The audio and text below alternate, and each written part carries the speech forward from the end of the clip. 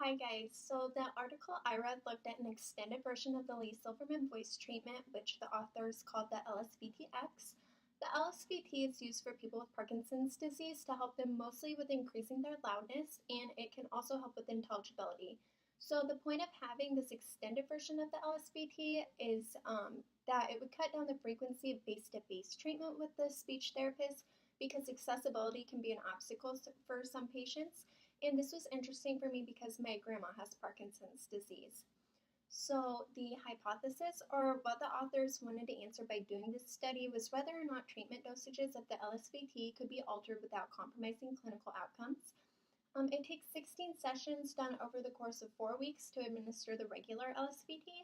So, in this study, there were 12 participants with Parkinson's disease who received therapy for 1 hour twice a week over the course of 8 weeks, with more at home practice.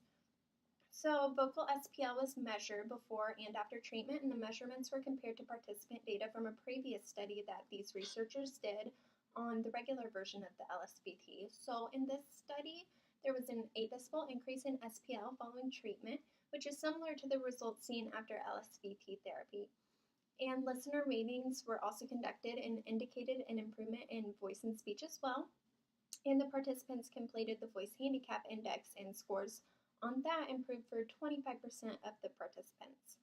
So the authors concluded that the LSVT-X was successful in improving voice quality, but further large-scale research is needed to truly establish the efficacy of the treatment, and future research should continue to examine ways to make treatment more accessible, efficient, and effective for patients.